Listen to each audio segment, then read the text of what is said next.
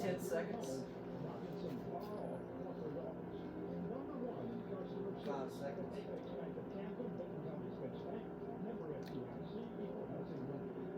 A very pleasant, good Saturday morning to you, everybody. Welcome to Operation 7570. Certainly glad that you've found your way to join us this morning by way of Facebook Live on our Facebook feed this morning, or whether you're still listening to us on WRJB Radio 95.9 or WRJBradio.com.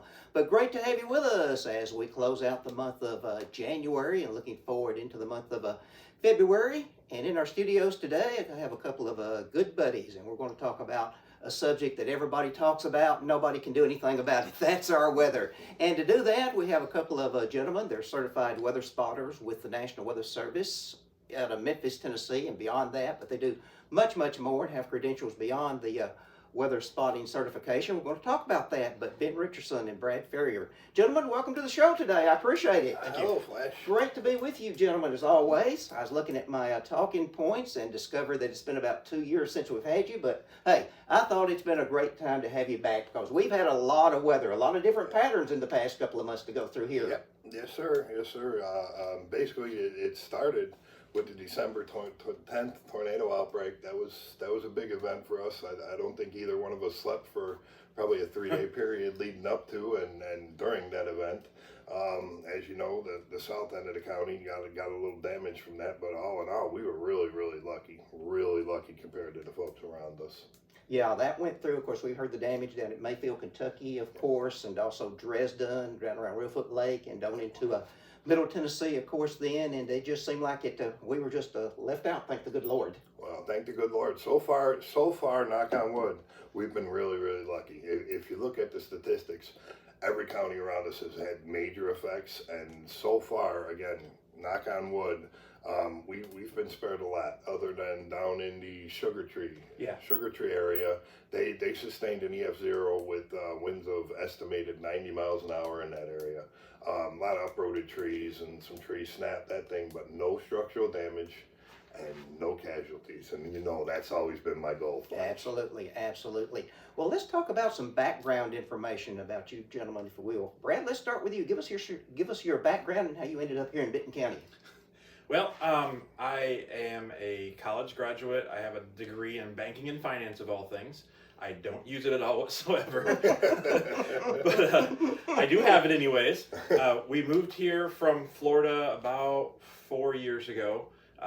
Basically, it was the area. We liked the scenery, we liked the water, we liked the fish, and we liked the prices around here. The prices around here were really cheap compared to other places. I like the low taxes, low government intrusion. That's what I'm all about. We started really getting into the weather shortly after I moved here because of the tornadoes that were here and the storms that we had seen around the area, not because we were in one or anything. And I started online. I'm a computer geek. I've been a computer geek since I was this tall, and so at all the weather software online, and I started paying for software, started reading all about it, and then I met up with Ben at some point in time in that process within a couple of years ago, and he linked me into the Spotter Network, which is where I did my training for National Weather Service. I did the basic spotter classes up to the advanced spotter classes, and then I've got the elite spotter class, which is their top tier. I pretty much in the National Weather Service, and so I've got all of their classes up to that I've done, and basically I'm the tech level end of the page we run and the things we do online. So. He's my tech guy. Yeah. Well, Ben, what about yourself? Tell me about your background. My background is I went in the Army at a very young age. I'm third generation military and followed in the family's footsteps. Unfortunately, along the way, I got hurt. Well, it is what it is. I'm still here. I'm still walking. I'm still proud, and I'm still glad to serve my community. I've been chasing, 20 years now. Started out west, mostly in Colorado, Kansas area. Then we ended up moving here. At the time, my wife had two elderly aunts that were living here, and they were getting up in years and didn't have anybody to look out for them. So once the Army put me out to pasture, we called this place home. And at first it was to look out for the two ants, but along the way I noticed a lot, because of my experience and my training and the education I've gotten over the years in the weather area, weather-related subjects. I noticed we had a lot of shortcomings here. So that's when, Brad and I, we first connected online because we're helping out on different weather pages and different weather aspects here and there, and a lot of the pages and everything seem to have one thing in common. There's a lot of opinions and not a lot of official information being shared. And that's not how we wanted to do things. And rather than have one person's opinion just constantly being dumped, Brad and I felt the need, and it went into great discussion. The biggest difference with what we do is we only share official National Weather Service information, and right now, we have over 9,000 sets of eyes in our area doing one thing and one thing only. If they see something, they say something. And that's the whole point. If you've got a tornado barreling down on you, granted, you can take shelter. What about your neighbor down the block that didn't see it or doesn't know about it? Radar is great, but it has a lot of limitations. In our area, the National Weather Service, the TV stations, all of them, they can't see anything below 6,000 feet. That's the whole point of the spotter network that Brad and I built. We fill in that gap. And we've taken it to the next level, which is we've included the public, the radio station like you, the local TV meteorologist, all with one thing in mind. If you see something, say something. Plain and simple. If there's a tornado bearing down on Camden, well, Brad's in Holiday. By the time it gets to Camden, we already know it's on the ground, and we've had time to get a hold of the people, so everybody knows. That's the whole point. We have 9,000 sets of eyes right now, all doing the same thing, all looking out for their neighbors, all just, that's a community. That's what it's all about for us, neighbors looking out for neighbors. Brad, let's just go ahead, and this is a talking point I had later in the program, but let's just go ahead and talk about it right now. What is the Facebook page that you and Ben operate that you can go ahead and like and get good local weather information? It's a very long name. It's called The Weather and Nothing But the Weather for Benton and Henry County.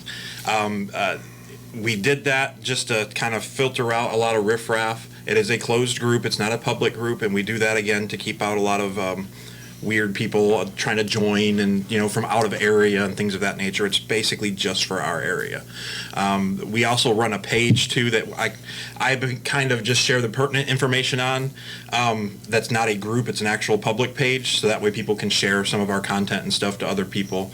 And that is just basically it's the weather for Benton and surrounding counties. That's the name of that page. But it also links to the group. There's a visit group button right on the top of the page, and you can click that, and it goes right to our group.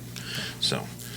Now, as I was growing up and came on into early adulthood and even up to the last few years, we always thought of tornadoes as something more prevalent in the springtime. But in recent years, particularly in recent weeks, recent months, we see that is not always the case anymore. No. Yeah.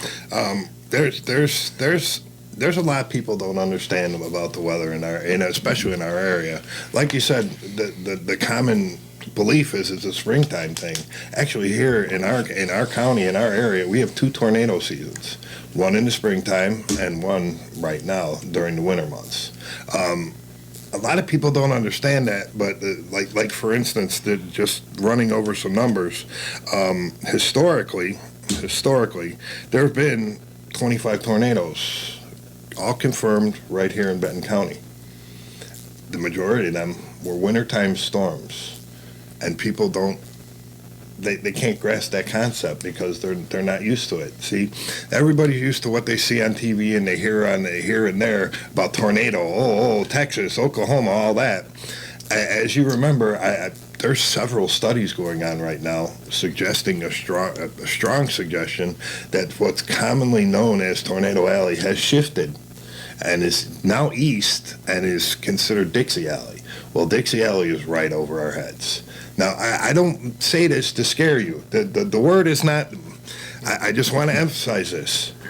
Prepared, not scared. That's what we want. We want everybody to know the information, everybody to have a plan in place. So, prepared, not scared. That's all. There's no reason to be afraid of these if you know what to do ahead of time. Like, for instance, in my home anyway, we actually practice tornado drills just like we did in the military. It includes everybody in my household. We have a go bag. We have an area set up, and it includes all of our animals. I mean, our animals know if we're down in the basement and we shake the bag, they come running down. The national average in the United States right now for a tornado warning being issued and confirmed tornado on the ground is just 13 minutes, Bobby. 13 minutes. You know our area. We're roughly 80% elderly people that, 13 minutes. You need them to gather their home, gather their medications, gather their food, gather their water, gather their animals and everybody else in their home and get to a safe space in 13 minutes. That I don't like them numbers. Oh, I don't either. Brad, where are some safe spaces? If we know a tornado is coming through, we get the warnings, however we get the warnings, where are some safe spaces in our home or seek shelter, that sort of thing? Best place if you have a basement, go there. The second place you would want to go is somewhere where there's no windows, an interior room of your house that doesn't have any windows that could blow through or anything. If you're in most mobile homes, if you're in mobile homes in general, the National Weather Service recommends you go somewhere else other than your home. We have a large mobile home community out here. There's a lot of them out in the rural areas especially, and they're not really supposed to be in their home. A good idea also is tornado shelters. If you can get to an actual shelter, we have some in the county that we've partnered with local churches to open up during storm events, and the citizens can go to those places to go to. Sorry. And I think last time we had 100 families. We had 100 families that went to storm shelters in the county at the churches that were around the area. You could also, some people purchase their own personal storm shelters for their home. That's a very good idea, especially if you live in a mobile home. They're not super cheap, but it's very good peace of mind to be able to just go somewhere and you have a safe space and you don't have to worry about it. It's pretty much most of the places. Ben, in the picture, in the measurement of the National Weather Service, after the tornado comes through an area, we hear them going out and, trying to determine what scale it was, EF1, EF2. What do those mean and the significance of those? What it's all rated off, and that's actually in the presence. It's being changed, but you know how that works. Everything with the government takes a long time, but they're looking at that now, and it's going to change again. The the Fujita scale, the way it works is they come out and they look at the damage path of a storm, and they have a booklet. It's basically an engineering booklet that says, okay, this 2x4 will snap at 70 miles an hour. This metal joint will snap at 90 miles an hour. This roof will lift off at 110 miles an hour. That's what they're looking at, is the wind speeds.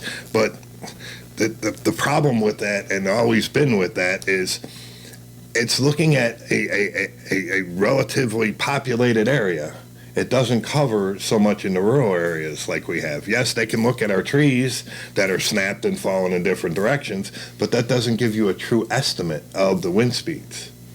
And that's what they're working on now. They're coming up with a better system as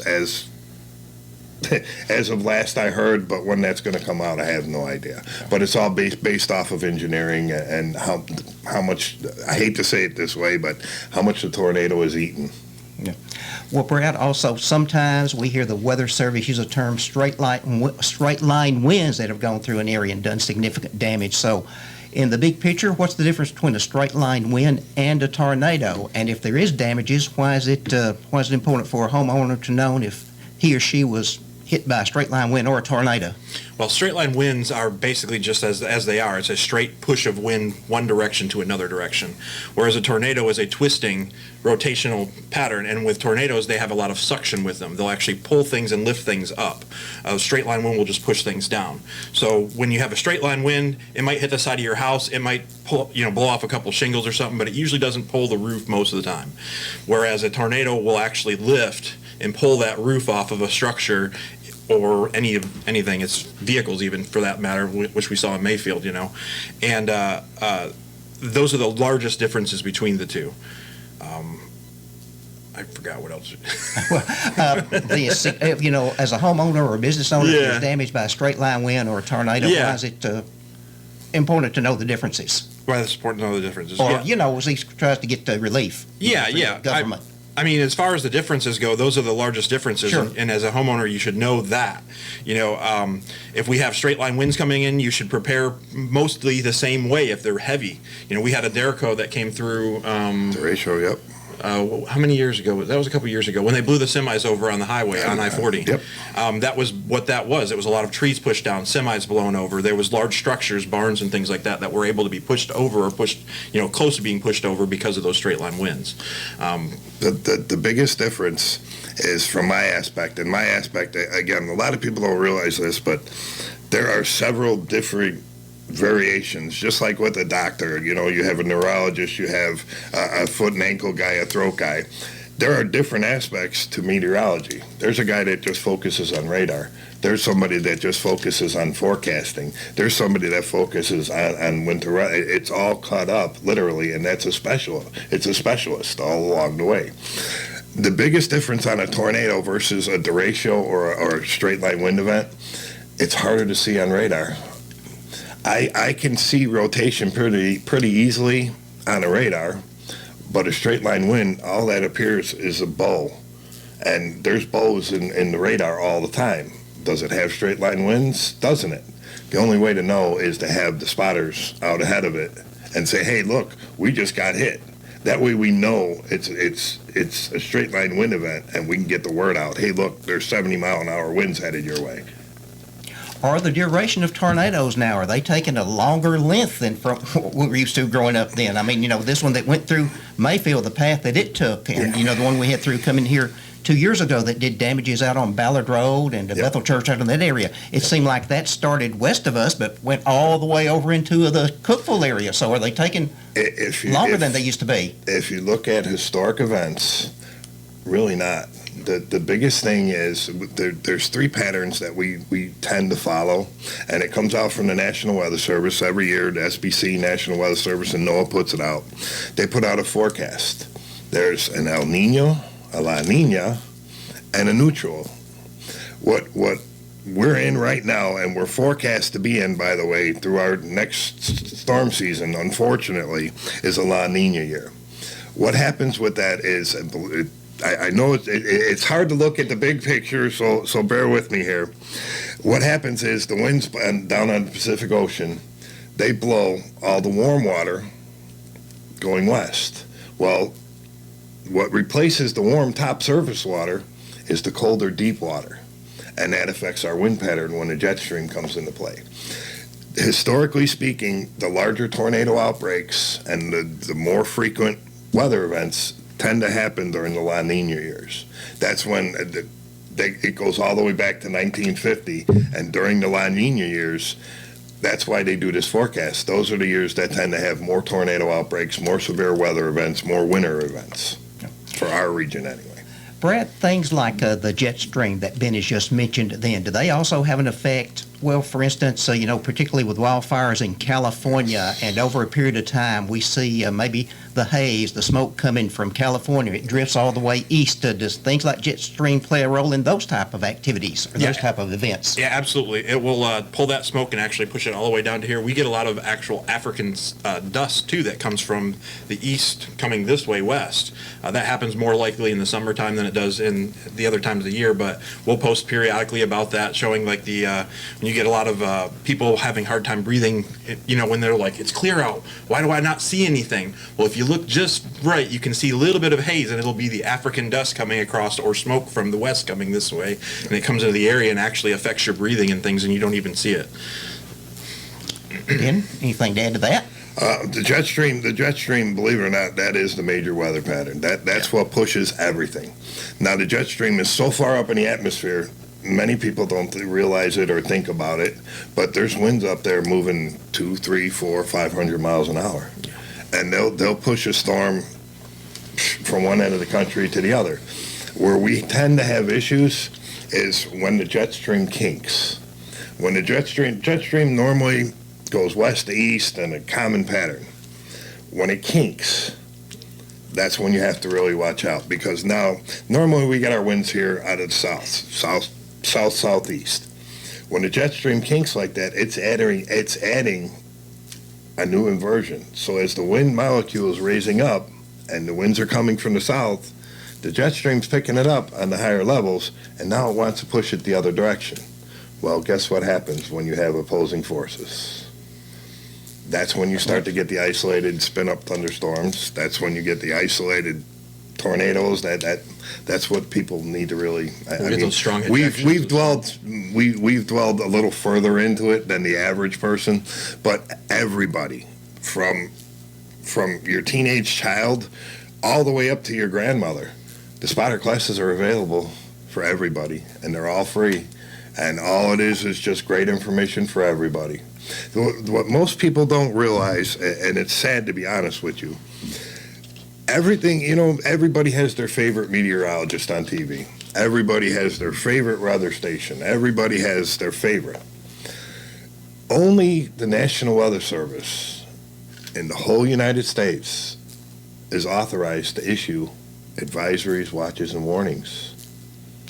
And all these TV meteorologists, their weather information from their studios here at WRJB, our weather radios, I don't care what source you try to get your weather information from, at some point that information comes from the National Weather Service, Correct. Which is the only, accredited That's source the of only government. Yes. that's the only governing body over the whole United States.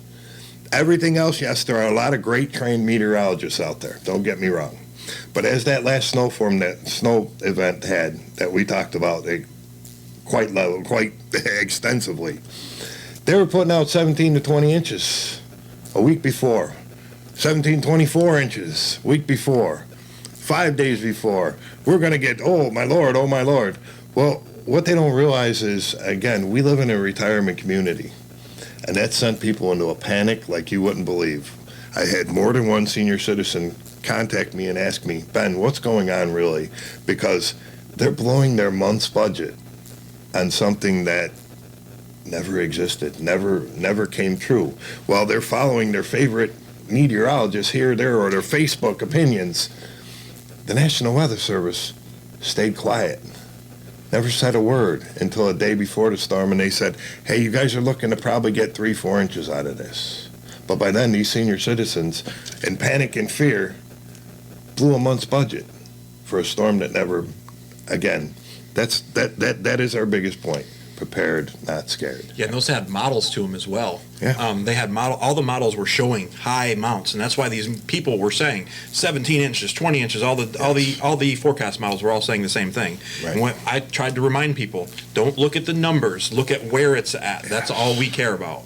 Now, we're supposed to warm up here, Brad and Bill. We're supposed to warm up here for a day or two, I think, starting maybe tomorrow, but I think about next Thursday, it's supposed to turn colder again. Yeah. So, Brad, when will you and Ben really start to look at the models and, maybe We're Tuesday already or looking Thursday? at 'em. Okay, that's what I mean.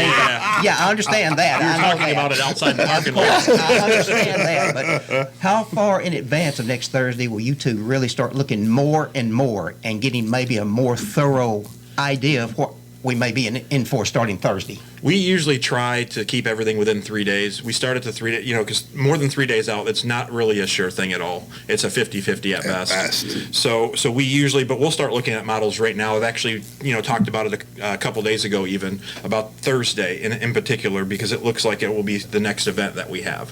Whether it's bad or good, I don't know, but that's going to be the next event. And again, we have great discussions about this. I'm a little concerned with the warm pattern that we have setting up. We're probably going to be looking at some heavy rainfall and possibly some thunderstorms. I won't go as far as to say severe because, again, it's still a few days out, and I'm waiting for the SBC to update. But the winter weather is one thing, and we're not used to it here. But again, we're in the heart of our second tornado season. SBC, use those initials. Storm Prediction Center. Of course. Correct. Of course. Okay. All right.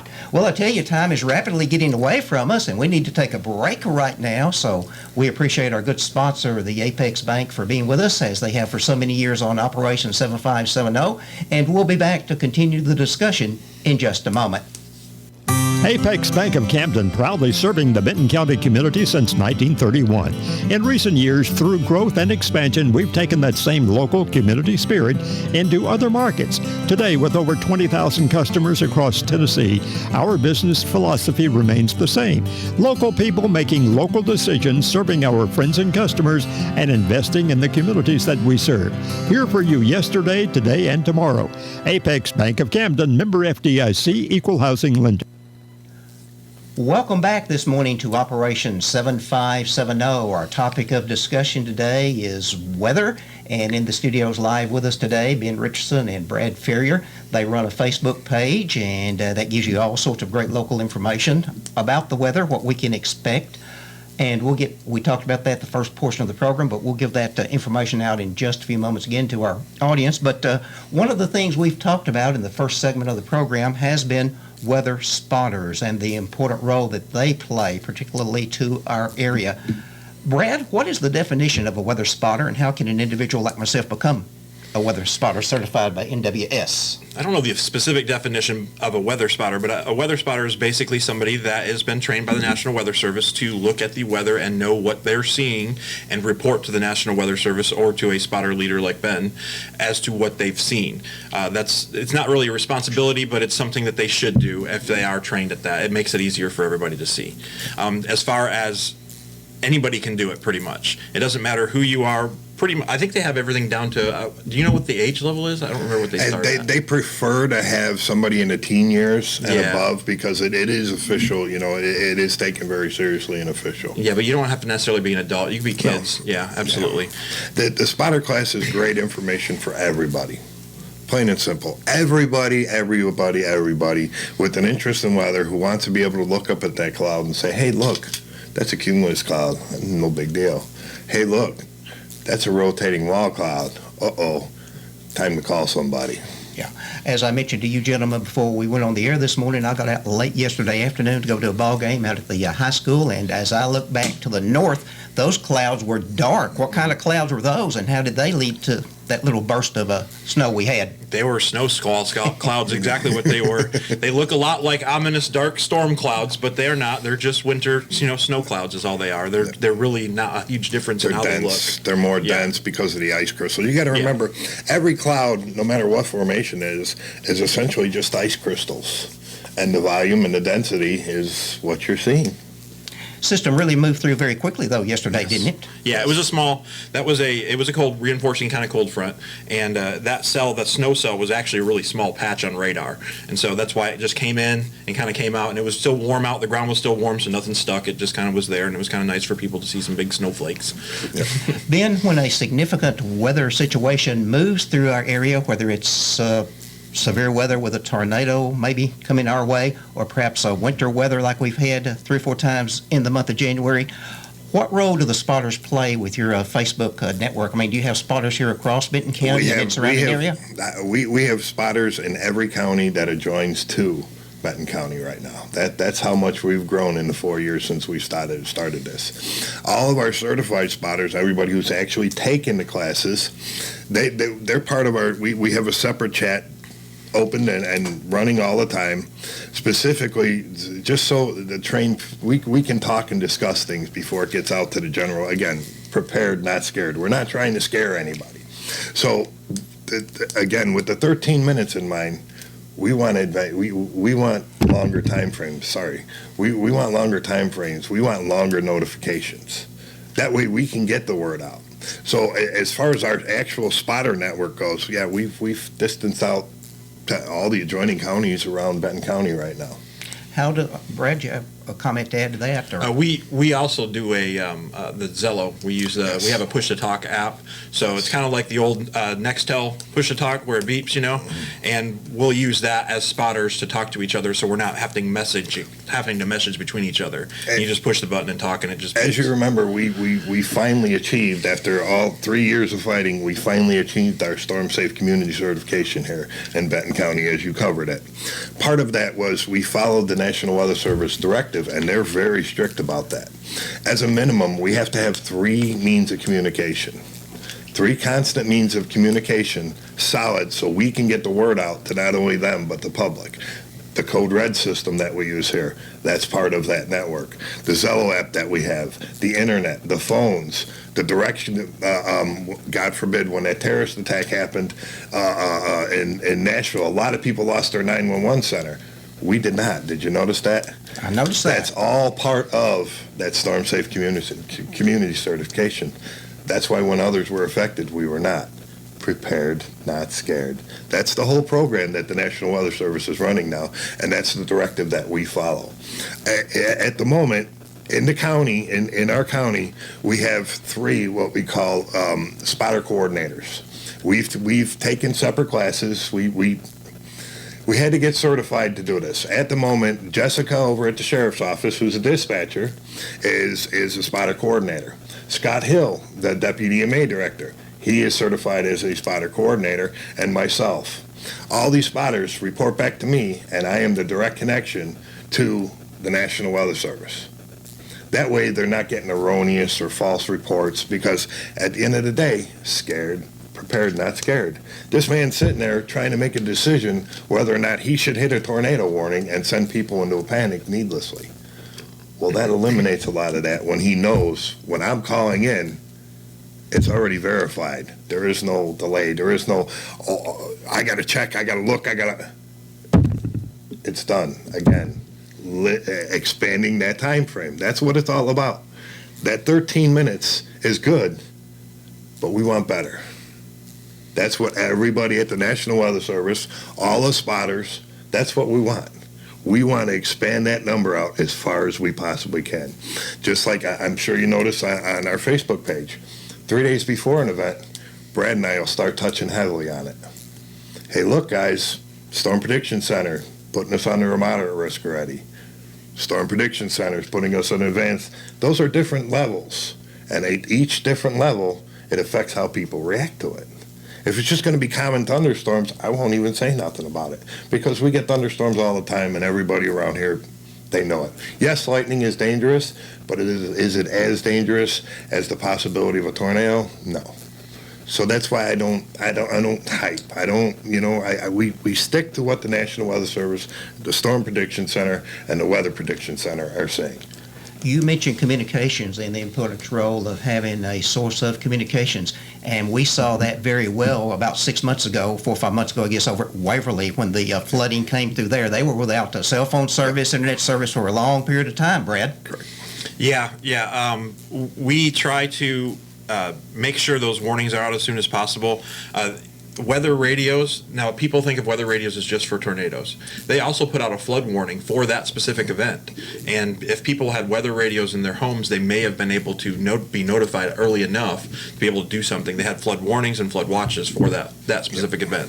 And that's just one form of notification. Obviously, television is a great form of notification. Radio is a form of notification as well. And social media, whether it's through, I think National Weather Service has Twitter, and then they do, that's their first place I think they post at. And then it's Facebook, and then we'll get our information from usually their Twitter feeds first before we put them onto our page. Yep.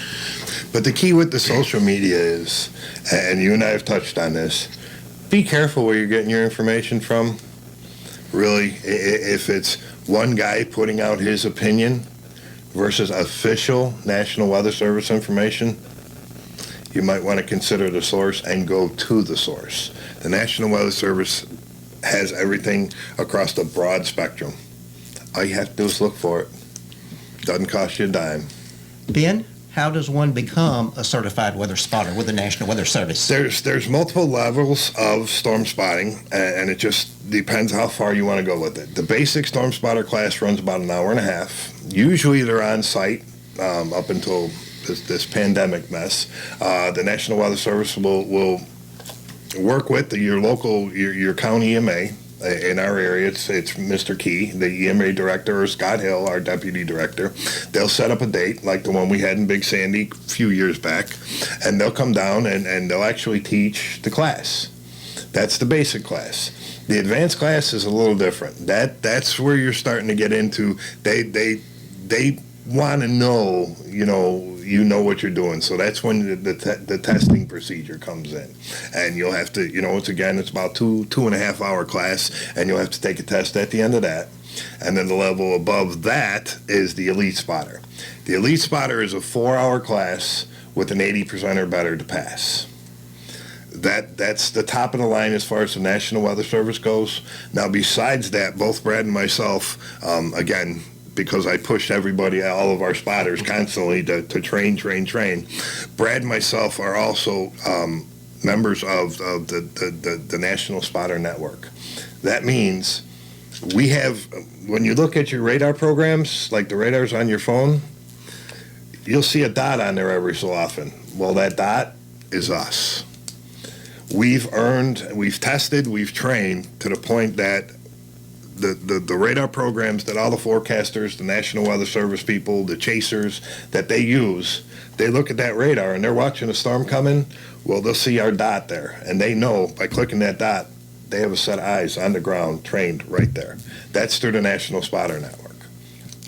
Brad, does the National Weather Service, do they have, of course, let's just say a normal day and things are going well, we don't have any significant weather moving through, but on a daily basis, does the National Weather Service in Memphis, do they want to know our high in Benton County, our low in Benton County, or how much measurable precipitation we have? And if so, is there someone designated to give that information to the Bureau? Yeah, they certainly do. Those are from official measurements. They don't just use anybody's weather station they buy or anything.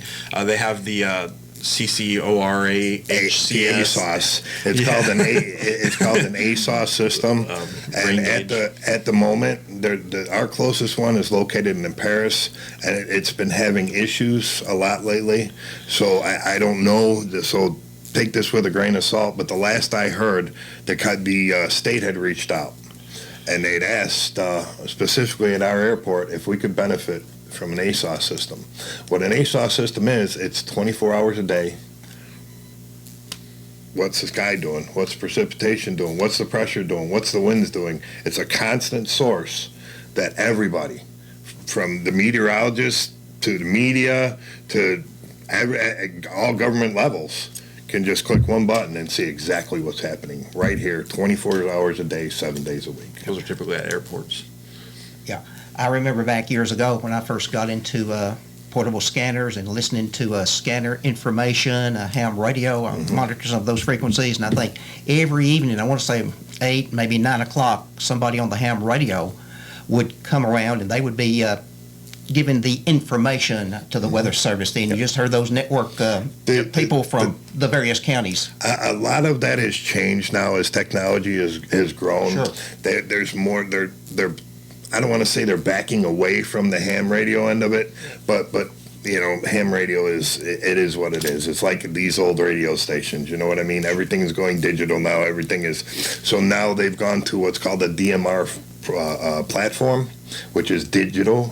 Essentially, where ham radio is great, but if you didn't have repeaters along the way, then you still wouldn't get your signal. Well, we're up here, and the National Weather Service is all the way down in Memphis. So for us to get a signal down to them without having multiple repeaters along the way, and keep in mind that's time between that it takes to get that signal down. Now they're using a digital format, and they're loving it. They're loving it because they're getting reports from the south end of Arkansas. They're getting, it's a digital system. So it's instant, and there's no time delay, and there's no repeater outages, and it's something we're looking into strongly. Brad, here we are in Benton County on the Tennessee River, of course, just before we go east into Middle Tennessee. Our weather information, TV weather, comes out of Nashville, as you know, and of course our prediction of weather comes out of the National Weather Service office in Memphis. They've got radars, but does that information maybe conflict from Nashville and Memphis for our area? It does. The National Weather Service in Nashville does their information. The National Weather Service in Memphis also puts out information. Sometimes they don't 100% agree. They're not usually far off each other, but they're not always exactly the same. Yeah, and we're really closer to the Middle Tennessee climate than we are the West Tennessee over in Memphis. So I kind of have to mix between the two a little bit, and I'll show people both because it is actually both. It's very interesting in our specific spot, how the climate is different than a lot of the other areas. This will sum it up for you. Our spotters, the majority of our spotters, are certified not only through the Memphis National Weather Service station, but Nashville and Paducah as well. And when we got the Storm Preparedness Award last July, whenever it was, June or July, whenever it was, they came up from Memphis, nice presentation at the courthouse. But that information ended up being, I think, on Channel 2 out of Nashville, so they were very aware of it. If you remember a few years back, maybe 3-4 years back, out of Nashville before the pandemic started, Nashville runs a WKRN out there. Yes. You know Davis pretty well. Yes. They run what they call a weather week or weather appeared, and it's a great opportunity because all of us, our spotters and everybody, we all show up in one place, and every TV meteorologist is there, every one of them. Every National Weather Service office is represented all under one building. So knowing that we were having an issue with our TV coming from Nashville, but our official source being Memphis, I don't know if you remember, but I drug Brett. I drug Brett up there with me. And Brett took the time, and I'm not kidding you, he went to each and every one of them TV meteorologists and said, hey guys, guess what? We're here. Please notice us. And did you notice? Not a week later, all of a sudden, boom, Camden now appears on their radar, and they tag it. And now they were just here. What was it? 2 days ago. Yeah. They were just here doing a live feed from Paris. Yeah, exactly. And of course, at the same time, we talk Nashville and Memphis, but also NWS. Don't they have a station up in Paducah? And some folks around here get Channel 6 out of Paducah as well. So these radars can definitely overlap. Yes. In the fringe areas. Yes. Yeah, that's one of the nice things that we do have is there are multiple media stations around that kind of can cover our area. Paducah typically doesn't cover, I think, WPSD. WPSD, yes. They cover like west and north. Yes. They don't cover Benton County. Right. But they do cover generally the area, so it's good to follow them, just like it's good to follow Nashville and good to follow Memphis or Jackson stations. Jackson's are going to be our closest ones that show Camden. It's good to follow all of those. Our radar coverage isn't the greatest in this spot as far as the actual technical aspect of it, but the coverage on media isn't too bad with all of the stations around. And if you look on the weather page, we have meteorologists from every one of them stations monitoring our page, specifically looking for storm reports, with the same thing in mind. The earlier we can get notification out to the majority of people, the better. And by the way, speaking of Jackson, and I follow them on Facebook because I don't get them on my TV system at home, Channel 7 down there, but one of their meteorologists right now, one of their weather personalities, Mo, is in the hospital with COVID and maybe some complications, and we wish that young man the very best because he's a favorite around here. I know that for sure. Yes. Does a great job with the... Besides what we do on social media, as a spotter coordinator and working with the county EMA officials here, we have, through the National Weather Service, we have access to what's called NWS Spotter Chat. And what that is a lot of the local meteorologists, EMA officials, county officials, media folks, we all have one place that we go to. And that's where our reports come from. That's why I'm always generally quicker than everybody else, because as soon as they hit the button, I have access to it. So before it's gone out, I already know. That's the same thing with your TV meteorologists, your EMA officials, that we need to know this information, again, in a time-saving manner. Mo's on there constantly. Mo, man, he's all over it constantly, sharing information, gathering information, and again, with one common denominator. Absolutely. We appreciate him and wish him the very best, and hope he'll get out of the hospital and be back on television on Channel 7 very, very soon. Well, we're approaching the month of February, gentlemen, and in just a few days from right now, the groundhog will be coming out, making his annual appearance. Brad, what's he going to tell us? Based on the models that we were looking at and based on the outlooks, we're looking at a warmer and wetter season, unfortunately. That's the outlook actually for most of the year that we've seen. It's going to be basically we're slightly warmer and slightly wetter than our normal season. But this is the second year La Nina I think we're in. So we're going to have that it's going to be much like last year, essentially. It should be anyways. The first part. Yeah. Right now, the La Nina is forecast to change right around towards the end of spring, and we're going to go back into a normal or regular pattern. And at that point, we're hoping, as long as long as things should start to come down a little bit.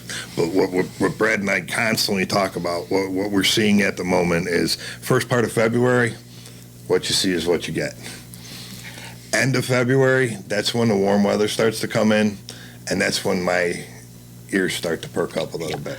Of course, nowadays we can see the change from where we were a month ago. We can see the days getting longer. I think they're getting about 2 minutes per day, late afternoon, early evening. Brad, is that affecting the way weather will work in this area then as far as the patterns? I know we can get more snow. I understand that. We're in the midst of winter, but does the longer days, does that have a bearing on what we will get? It allows the heat to kind of stay longer, if you want to look at the technical aspect of it, because as long, as it gets darker, it gets colder, and when the sun is up, or even not up, but it's daylight, it still stays warmer. But the change isn't going to be huge as far as temperature goes or anything like that, because it's longer days. Not anything that anybody's going to notice anyways. Ben, in summer, why don't you just go over again, how a person can become a weather spotter, where they can get that information, and shout out once again to your website, Facebook page. All right. As far as the actual National Weather Service Spotter course, the dates haven't been released yet, but look for them to come out sometime here in February. Again, Severe Weather Awareness Week will be coming up. That'll be in February. The actual dates have not been locked in as of yet. As soon as they get locked in, we get that information out everywhere. Again, it's an hour and a half class for the basic class. I recommend it for everybody. Whether you want to be an active spotter or not, it's just great weather information to be able to walk out your door and know, hey, yeah, look at that storm. Oh, but not so much. Versus walk out your door and look and say, oh, my Lord, run. Okay. Again, prepared, not scared. The Facebook page again, Brad, and the importance of a person having good source of weather information at all times with them. The page is The Weather and Nothing But the Weather for Benton and Henry counties. That's actually the group. You can search for it on Facebook. As far as importance goes, it's important for everybody to have information at their fingertips. It really is. And this day and age, it's not hard as far as it goes for the most part if you have a smartphone. We always implore the whole idea of having multiple ways of receiving information. You don't just want one source of information. You want multiple sources of information because, for one reason, maybe your cell phone service is down, or maybe there's some signal interference and you're not getting your weather alert radio signal coming in. Sometimes the Vail Tower, which is the tower that we get our signal for our weather alert radios, goes down. So we always try and make sure people have multiple sources of information. It's so important for the community, and not only does it keep people safe, it gives everybody great information, and it gives the science world great information, especially if people are trained spotters and learn things and are able to report back things to our official sources anyways. The big one that I really want to touch on is, and as you covered it, the Benton County Code Red system. You and I both know, since that came into effect, how much has it helped? The date, you remember, a week after we initiated it, that tornado went through, and everybody on scene said the same thing. If they hadn't have got that alert, it would have been much worse condition. Much worse. We didn't realize at the time it came in nearly 2 years ago how important a role that would play. We lost lives. We lost some homes out there in that particular area that went through. But by and large, it did very positive things, more good than bad. And it's not only just that, but like this last storm event, them 100 people that we had show up to the area shelters, those were based off the Code Red system. Because part of that is they can manually send out an alert message saying, hey, by the way, we're expected bad weather, and here's the area shelters that have opened up for this storm event. So now the word has gotten out. You've been here your whole life. Have you ever heard of 100 families seeking shelter before a storm event? I never have. Never have. That is all based off that Code Red alert system. Yeah. Well, in our closing moment, are we missing anything? You brought some notes here, and I don't know if we've gotten everything on your note page, but anything else you want to add? The big thing that I want to add again is we follow the National Weather Service directive. Period, Dan. No opinions. Strictly their directive. Prepared, not scared. That's all. It's self-explanatory. It's self-explanatory. As far as we've come in the past 4 years, I think we're going to be 4 years from now. There's new systems being offered to the county. There's possibility of radars being added to the county. Our spotter network continues to grow. We've trained and trained and trained and trained and trained, and now have 3, not only myself, but 2 other certified spotter coordinators. So at any point, any one of the 3 can step up, and we don't skip a beat. Our communication, our storm communication, we have multiple. We don't skip a beat, never once. And our reporting is getting much more better. The reason being, and the reason that's so important is, as you've noticed, you know, the old fable, the squeaky wheel gets the oil. Well, a lot of the grants, the storm grants and the FEMA grants, those are based off of damage totals and paths and history of that. Well, if the storms don't get reported, the people that issue them grants, they have no idea we need it because nobody's ever said anything about it. So when they're looking at it, they've got X amount of dollars to distribute. They look at the state as a whole. Well, yeah, Memphis gets a lot of storms down there. That's because they have a large populace of people that report it. While we have a large number of storms, not as many people were reporting it. That has changed. And since that's changed, now all of a sudden companies are interested in putting radars in our area. And the state is interested in putting an ASAW system right here at our airport. Everything has an effect, cause and effect. Well, by all means, keep us posted on that particular aspect if that comes into fruition on down the road. And I thank both you gentlemen for being here today. Brad, a closing word from you? Code Red Saves Lives.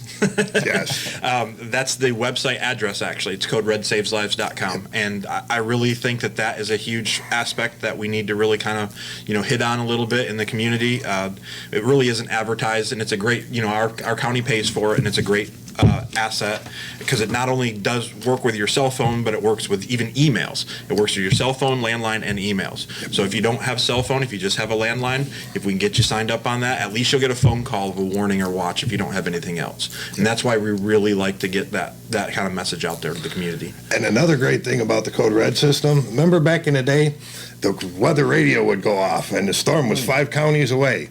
Well, they've dialed that down now to a county area. Code Red's taken that a little further than that. You all seen that when the National Weather Service issues a warning, it's not the whole county, it's just a little portion. They call it a polygon. Code Red system only alerts that polygon. Period. The amount of erroneous alerts have been cut so severely by this system that's why we love it so much. Well, gentlemen, thank you so much. We're all out of time today, and thank you for what you do, for keeping us weather updated. I appreciate you gentlemen so very, very much, and we'll have you back in our studios before too much longer. And if we can ever help you in any way, you know where we're at. Have a great, safe weekend, my friends. Thanks. Thank you. All right. That's our program this morning, Operation 7570. Thank you for being with us, everybody. Thanks to our sponsor, Apex Bank. Thanks to our 2 wonderful guests today. Hope you have a great weekend. We'll see you next Saturday morning. For more than 85 years, Apex Bank of Camden has built a tradition of local people serving local people. Although there have been changes